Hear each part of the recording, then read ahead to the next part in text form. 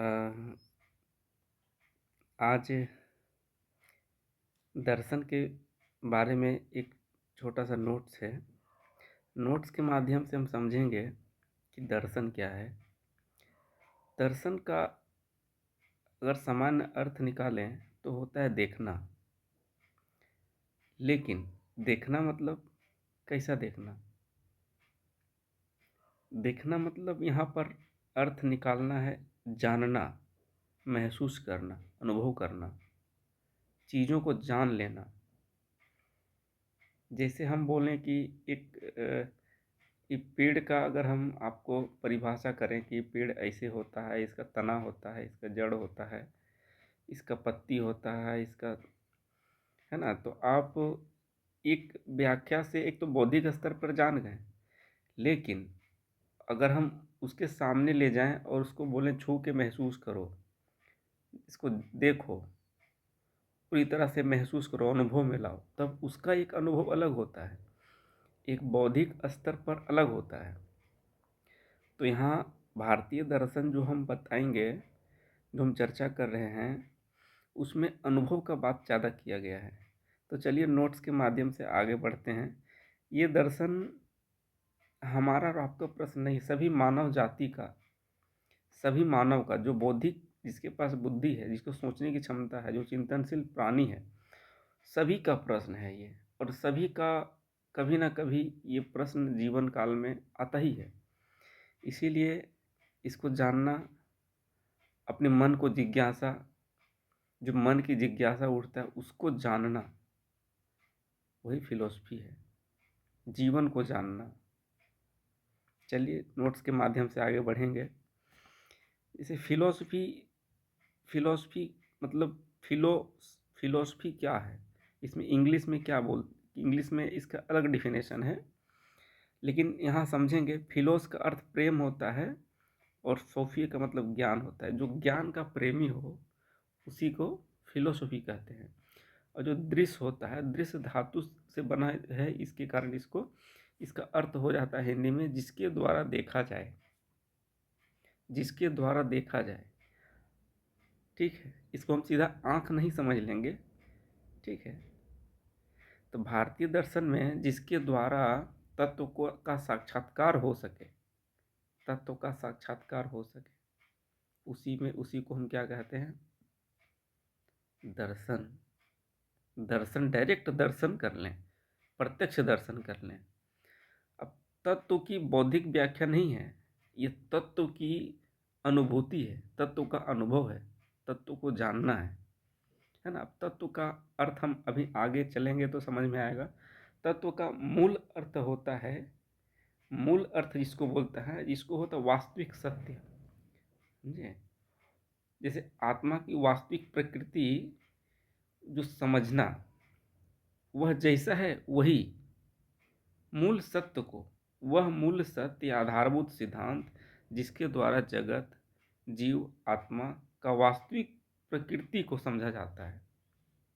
समझे? वास्तविक प्रकृति को समझा जाता है।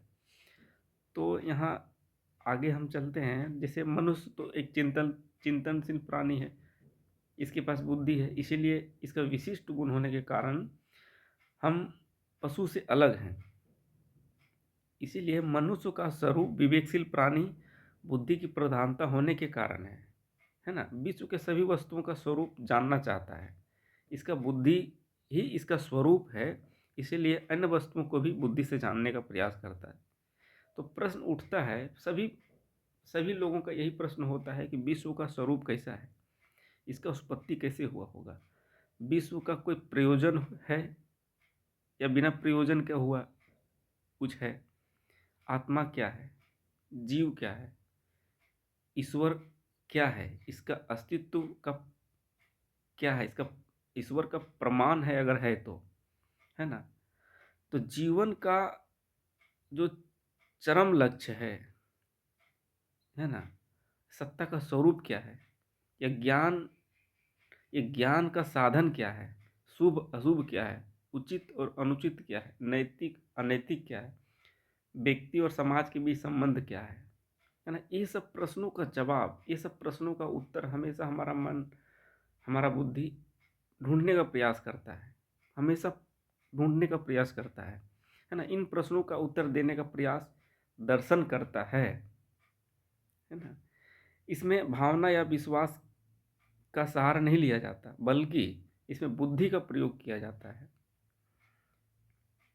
ये तो पाश्चात्य दर्शन है, लेकिन अभी आप बुद्धि का बौद्धिक स्तर से फिर अनुभूति पे आएंगे तो वो भारतीय दर्शन में आएगा। अब इन प्रश्नों से ज्ञान के लिए जो प्रेम या उत्कंठा का भाव उत्पन्न होता है या व्यक्त होता है ना, इसे प्रेम उत्पन्न होता है प्रश्नों को उत्तर जानने के लिए। इन प्रश्नों को जानना मानवीय स्वभाव का अंग है। जैसे हम पहले बोले, मानव के पास बुद्धि है, इसीलिए मनुष्य सभी से अलग है ना। तो भारत के दार्शनिक तत्व के बौद्धिक व्याख्या से संतुष्ट नहीं हुआ। जैसे बुद्धि से हम एग्जाम्पल किसी का परिभाषा दे दिया और बुद्धि से जानने का प्रयास कर रहे हैं, तो उससे संतुष्ट नहीं हुआ। हमारा जो कुल टोटल जो हमारे भारतीय दर्शन 9 दर्शन हैं, उनमें से सिर्फ बौद्धिक व्याख्या कर देने से वो संतुष्ट नहीं हुआ, बल्कि वो अनुभूति करना चाहे। वो जो तत्व है वो आत्मा तत्व है ना। आत्मा तत्व बोले जो वो तो ऐसा तत्व जो कभी परिवर्तनशील ना हो, जो हमेशा सत्य उसी को बोलते हैं, जो हमेशा जो परिवर्तनशील ना हो, वही तत्व है, वही सत्य है, उसी का साक्षात्कार होता है ना।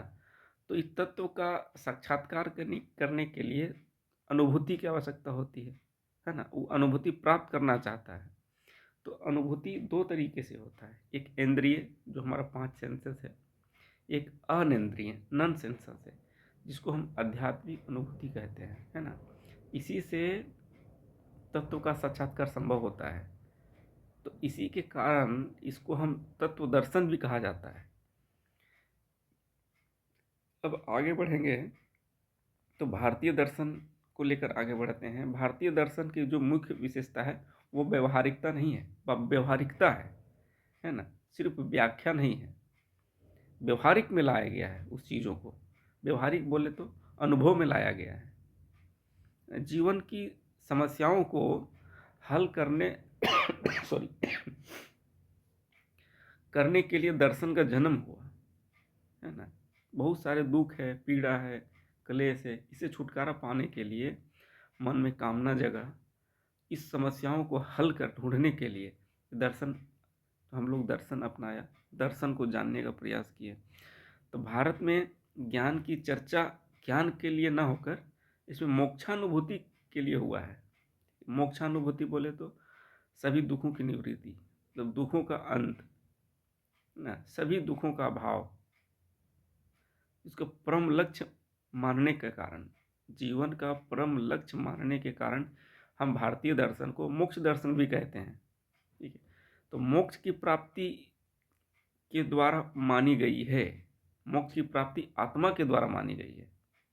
तो आत्मा एक विशिष्ट शब्द आ गया। आत्मा की चर्चा हम आगे विस्तार से करेंगे। तो आत्मा की परम महत्ता के कारण हम भारतीय दर्शन को आत्मविद्या भी कहते हैं, है ना। एक ऐसी विधा है इसको हम आत्मविद्या भी कहते हैं या आत्मविधा भी कहते हैं।